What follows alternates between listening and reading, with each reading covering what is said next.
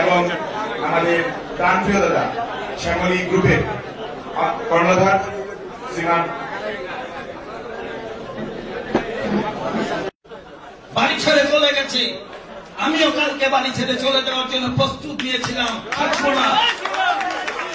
কিন্তু আমি খালি এই আজকের জন্য ধৈর্য ধরে টিকে আছি। 3 বার ভারতবর্ষে চলে গেছি, আর এই দেশে আসবো না।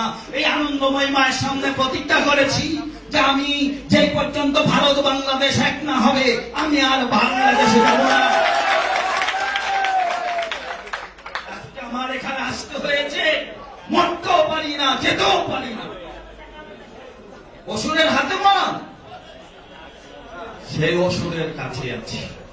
আপনারা এখানে সকলেই মাতৃভক্ত হিন্দু, সকলেই মুখে হাত দিয়ে বলতে পারেন আমি হিন্দু, কিন্তু আমি পারি না। কেন? আজকে 3 বার করে আলমারি থেকে ধুতি বের করে পরে আসবে, এখানে 3 বার করে পরে আসতে পারিনি। সেই ধুতি আলমারিতে ধুয়ে তারপর পেন পরে আসছে। আমি একটা মন্দিরের সেবাই, মায়ের সেবা পূজা করি সারা জীবন। কালকে রাত্রে 2টার সময় আমি ধ্যান করছি। প্রত্যেক দিন রাত 2টা 3টার সময় আমি ধ্যান জপ করি।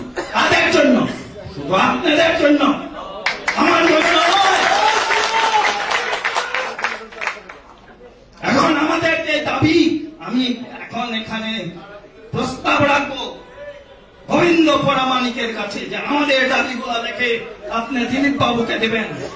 উনি ভারতে যে এটা বিবেচনা করবেন উনি আমাদের কি করবেন, উনি আমাদের জন্য কি করবেন সেটা উনি বিবেচনা করবেন। প্রয়োজন হলে উনি প্রধানমন্ত্রী মোদীর সাথেও আলাপ করবেন।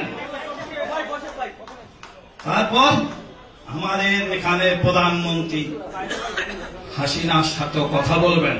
এরপরে আমি এই মায়ের কাছে যাব।